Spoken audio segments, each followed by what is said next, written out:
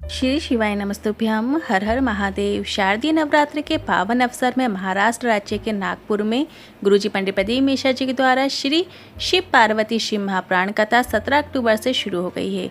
ये 5 दिवसीय शिव महाप्राण कथा है जो कि 17 अक्टूबर से 21 अक्टूबर तक दोपहर में 2 बजे से 5 बजे तक आस्था चैनल यूट्यूब के माध्यम से देखी जा सकती है। आज की कथा बहुत ही अधिक रोचक जानकारियों से भरपूर थी, जिसमें गुरुजी ने बहुत ही भावुक पत्र पढ़े। साथ ही गुरुजी ने 2 बिल्कुल नए उपायों की जानकारी दी है, जिन्हें कैसे करना है हम वीडियो के माध्यम से आपको करके बताएंगे। दोनों उपाय नए और विशेष हैं, जिन्हें आपको अपने घर के सदस्यों के लिए, परिवार के लिए, पति के लिए और बच्चों के लिए करके अधिक से अधिक लाभ प्राप्त कर सकते हैं। उपाय आपको इसी वीडियो के अंत में देखने को मिलेगा। आज 17 अक्टूबर पहले दिन की कथा में गुरुजी ने 13 उपाय पत्र उपयोगी जानकारियाँ दी हैं। सभी की जानकारी आपको इसी वीडियो के माध्यम से मिलने वाली है। अगर आपने आज की कथा नहीं सुनी है तो पूरी कथा का रसतत्व आपको एक छोटे से वीडियो से प्राप्त हो जाएगा। तो बढ़ते हैं आज की कथा की पहली जानकारी की ओर। भक्ति और मुक्ति ये दोनों ही शिव पूरे संसार के लोगों को प्रदान करते हैं। भक्ति भी शिव देते हैं, मुक्ति भी शिव देते हैं।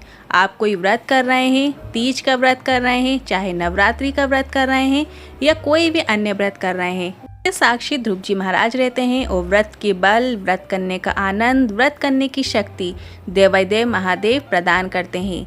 बढ़ते हैं आज की कथा की दूसरी जानकारी की ओर। शिव जी ने माता पार्वती को 2 वर दिए जो आपके ध्यान में रहना चाहिए। पहला, जो नारी, जो पुरुष, जो बेटी या बेटा, संत, साधु, सन्यासी, त्यागी, बुजुर्ग किसी भी व्रत को धारण करेगा तो उस व्रत को पूर्ण करने का बल उसे शिव और शक्ति दोनों प्रदान करेंगे। और दूसरा है, संसार में रहने वाली नारी, पुरुष, बूढ़े, बच्चे जो भी संसार सागर में रह रहे हैं, उसके जीवन में जो भी दुख की घड़ी आई है वो उसके कर्मों के अनुसार आई है। और उस दुख की घड़ी में भी अगर भूलवश भी मेरा स्मरण कर लिया तो उस बल को समाप्त करने का बल भी भोलेनाथ प्रदान कर देते हैं। बढ़ते हैं आज की कथा की तीसरी जानकारी की ओर। एक नियम आपको अपने अंदर उतार के रखना है। हफ्ते में एक दिन ऐसा बनाकर रखना, पूरे परिवार एक साथ बैठकर भोजन करते हो। जब पूरा परिवार एक साथ बैठकर भोजन करता है तो घर के संस्कार कभी खत्म नहीं हो सकते। घर में संस्कार बने रहते हैं, इसलिए पूरा परिवार एक साथ मिलकर एक टाइम ऐसा बना लीजिए कि आप साथ में भोजन करिए, चाहे हफ्ते में 1 दिन 2 दिन बना लीजिए। बढ़ते हैं आज की कथा की चौथी जानकारी की ओर। शंकर भगवान के जो भक्त होते हैं वो 3 बार रोते हैं। पहला, भगवान शंकर को जब पुकारते हैं, जब हृदय में बहुत तकलीफ होती है, कष्ट होता है, तब उनकी आंख से आंसू निकल जाते हैं, वो रोते हैं। दूसरा, जब बाबा नहीं सुनते, बाबा नहीं आते और उनका दुख समाप्त भी नहीं होता, शंकर का भक्त फिर रोता है कि बाबा मेरी सुन क्यों नहीं रहे हो। और तीसरी बार, जब भगवान मिल जाते हैं और उनका कार्य पूर्ण हो जाता है, भी शिव का भक्त रोता है। पहला, भगवान शंकर को जब पुकारते हैं तब रोता है। दूसरा, जब बाबा उसकी सुनते नहीं हैं वो फिर रोता है। और तीसरा, जब उसे सब कुछ मिल जाता है तब भी वो रोता है, उसकी आंखों में आंसू आते हैं। बढ़ते हैं आज की कथा की 5वीं जानकारी की ओर। पूनम जी पत्र लेकर आए। मेरी शादी को 12 साल हो गए थे, संतान का सुख नहीं था। नागपुर के सभी डॉक्टरों को दिखाया पर डॉक्टर ने कह दिया था कि 12 mm की गठान है, जिसकी वजह से संतान सुख नहीं है और ऑपरेशन के बाद भी संतान सुख नहीं होगा। फिर मैंने शिव महाप्राण कथा सुनना शुरू किया, मंदिर जाना शुरू किया, जल चढ़ाना शुरू किया, जल का आचमन करना शुरू किया, साथ ही पशुपतिनाथ व्रत का महत्व समझा और सफ़ेद आकड़ी की जड़ का प्रयोग भी किया, पीपल के पत्ते वाला प्रयोग भी किया। यारी नागपुर की जो कथा हुई थी वहाँ पे आसन लगा के सुनी। उसी महीने मेरा गर्भ ठहर गया और मुझे पुत्र रत्न की प्राप्ति हुई है। उसी का आभार व्यक्त करने कथा पंडाल में आई हूँ। बढ़ते हैं आज की कथा की 6वीं जानकारी की ओर। दीपा जी पत्र लेकर आई। शादी के कई वर्ष हो गए थे, संतान सुख नहीं हुआ। टेस्ट ट्यूब बेबी तक करवा लिया पर संतान सुख नहीं हुआ। किसी ने पशुपतिनाथ व्रत के बारे में बताया, मैंने व्रत किया, 5 व्रत भी हो गए पर गर्भ नहीं ठहरा। मैंने बाबा से निवेदन किया, मेरी क्यों नहीं सुन रहे बाबा। फिर मैंने मंदिर की साफ़ सफाई करना शुरू किया। इसके बाद की कृपा से 1.5 महीने बाद मेरा गर्भ ठहर गया।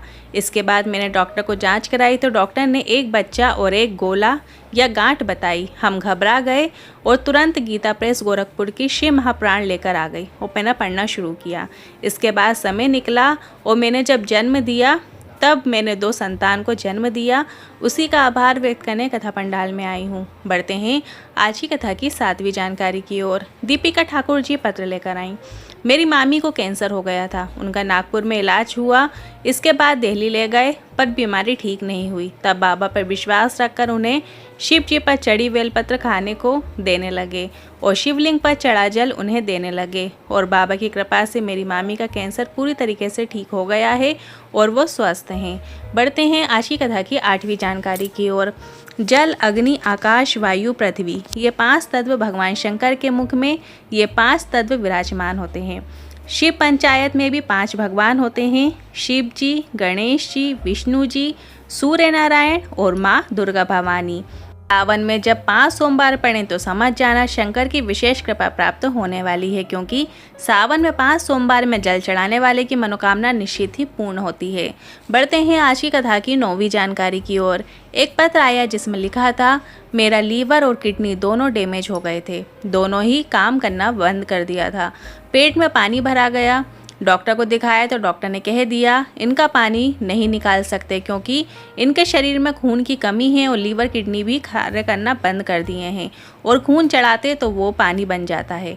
डॉक्टर ने मूत्र मार्ग से पानी निकाला, फिर पानी जम गया। इसके बाद डॉक्टर ने हाथ खड़े कर लिए और कहा इनका लीवर किडनी बदलना पड़ेगा, इनको घर ले जाओ।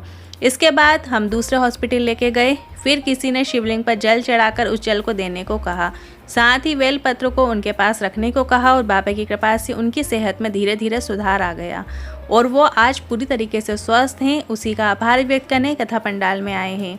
बढ़ते हैं आज की कथा की 10वीं जानकारी की ओर। अगर परिवार में कोई एक भी मरता है तो मरने की सूतक पूरे परिवार में लगती है। वैसे परिवार का एक व्यक्ति भी शंकर की कथा सुनता है तो पुण्य पूरे परिवार को लग जाता है। बढ़ते हैं आज की कथा की 11वीं जानकारी की ओर। जिसका बेटा या बच्चा मंद बुद्धि हो, जिसका विवेक काम नहीं कर रहा है, बुद्धि कार्य नहीं कर रही है, बहुत चिड़चिड़ा हो, बात नहीं सुनता हो, या फिर ऐसी बीमारी जिसमें पूरे शरीर की नसें कार्य करना बंद कर देती हैं, शरीर कार्य करना धीरे धीरे बंद कर देता है, तो शिव महापुराण की कथा कहती है हफ्ते 2 हफ्ते में मिट्टी का कोई बर्तन ले लीजिए, मिट्टी का कोई घड़ा ले लीजिए या मिट्टी का कोई दिया ले लीजिए जिसमें कभी भी आपने दीपक नहीं लगाया हो, वो कोरा दिया हो जिसका प्रयोग आपने नहा किया हो। उस मिट्टी के दीपक में जल लेकर उस जल को माता अशोक सुंदरी के स्थान पर चढ़ाकर 1 बूंद भी यदि मिल रही है तो उसे प्राप्त करके बेलपत्र के साथ देने में आपको लाभ ज़रूर देखने को मिलेगा। मतलब आपको एक दिया ले लेना है, कोरा दिया लेना है, उसमें जब आप पानी डालेंगे तो कुछ पानी दिया सोख लेता है और थोड़ा सा पानी उसके अंदर बचता है। वो पानी आपको माता अशोक सुंदरी के स्थान पर चढ़ाना है और उसे थोड़ा सा प्राप्त करना है और वो जल इसके बाद जो शिवलिंग पे चढ़ी हुई बेलपत्र है उसे निवेदन करके बाबा से ले लीजिए। बाबा से प्रार्थना कीजिए बच्चा मंद बुद्धि है, इसका विकास हो या नसों में कोई प्रॉब्लम है, धीरे धीरे नसें कार्य करना बंद कर देती हैं, उसका भान करते हुए वो बेलपत्र आप औषधि रूप में प्राप्त कर लीजिए। इसके बाद जिसे ये प्रॉब्लम है उसे वो 2 बूंद जल भी आप दे देते हैं, साथ ही ये बेलपत्र दे देते हैं, उससे निश्चित ही आराम मिलना शुरू हो जाएगा। ये उपाय आप सोमवार के सोमवार कर सकते हैं, मतलब हफ्ते में आप 1 दिन भी ये उपाय कर रहे हैं तो भी बहुत है। बढ़ते हैं आज की कथा की 12वीं जानकारी की ओर। ध्यान से सुनिएगा, बहुत ही अच्छी जानकारी है। नवरात्र में जवारे बोने का क्या कारण है? शिव पंचायत में जब दुर्गा भवानी बैठी तो राक्षसों ने हाहाकार मचाया, अहंकारियों ने हाहाकार मचाया, तो महादेव जो थे वो ही केवल माता पार्वती को, जगदम्बा भवानी को देखकर मुस्कुरा रहे थे। तो सूर्यदेव ने महादेव से मुस्कुराने का कारण पूछा। महादेव ने कहा जो दैत्य राक्षस जो हाहाकार कर रहे हैं तो इनसे पृथ्वी को बचाने के लिए जगदम्बा भवानी ने अपने एक केश से जवारा उत्पन्न किया है और जब तक वो जवारे बड़े नहीं हो जाते तब तक एक भी असुर प्रवेश नहीं कर सकता, हाहाकार नहीं मचा सकता। शिव महापुराण की कथा कहती है जिसके यहाँ जवारे बोए जाते हैं, कोई घर में बोए गए हैं या कोई मंदिर में बोए गए हैं या कोई माताजी के पंडाल में जाकर बोए गए हैं और आप अगर वहाँ पर जाते हैं तो आपके जाने मात्र से आपके घर से दुख, दर्द, तकलीफ, कष्ट सब दूर हो जाते हैं। इसलिए इस नवरात्रि में माता रानी के दर्शन करने ज़रूर जाइएगा, जवारे के दर्शन जरूर कीजिएगा, जिससे आपके घर में दुख, दर्द, तकलीफ, कष्ट, रोग, बीमारी सब दूर हो जाएं।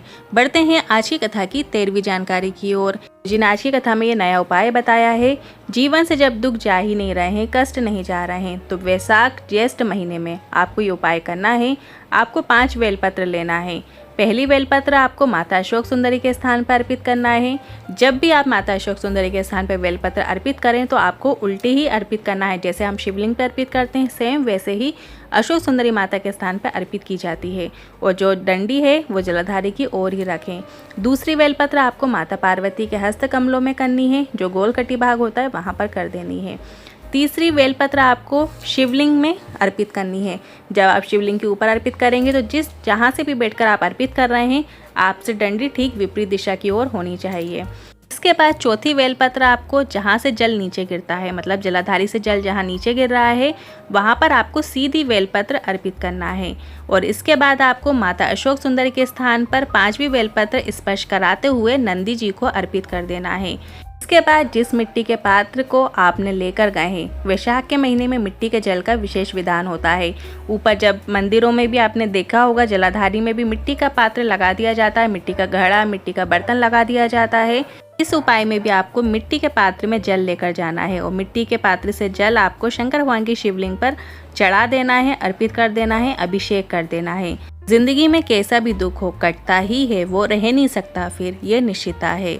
आज के इन उपायों से लेकर मन में कोई सवाल है, क्वेश्चन है तो आप कमेंट बॉक्स के जरिए पूछ सकते हैं। वीडियो थोड़ा भी उपयोगी लगा हो तो वीडियो को लाइक करके कमेंट बॉक्स में हर हर महादेव जरूर टाइप कीजिएगा।